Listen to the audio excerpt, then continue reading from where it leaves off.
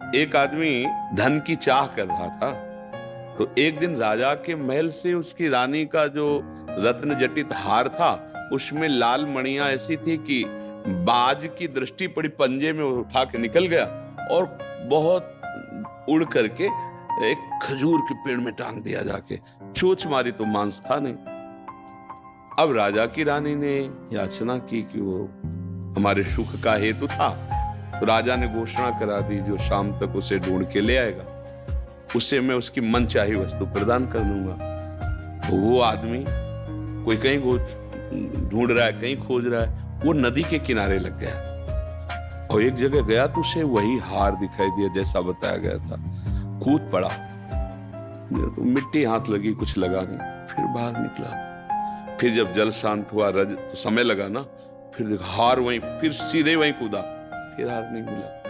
वो शाम हो रही थी तो एक महात्मा उधर से जा रहे थे, वो खड़े होकर उसकी चेष्टा देखी, नजदीक गए और कहा, भैया अगर आप संशय न करें तो आप जिस का लक्ष्य कर रहे हैं वो बात बता दें। तो आने नहीं, तुम जाओ, क्योंकि मतलब वो ये पा जाएगा। बोले नहीं, मुझे कुछ चाहिए नहीं, मैं केवल आपका सहयोग करूंगा। तो उनका देखो ये वो हार है और मैं इसे सुबह से खोज रहा हूं, बार बार इसमें कूद के, और है वो।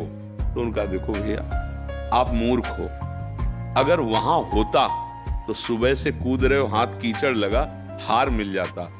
महात्मा तुरंत पीछे मुड़े तो देखो खजूर का पेड़ और उसकी छाया जल में पड़ रही।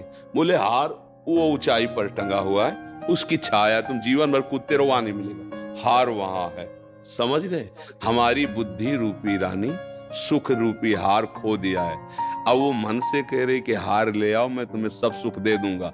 मन संसार भव नदी के किनारे आया, अब ये विविध भोगों में उसी को ढूंढ रहा, सुख को।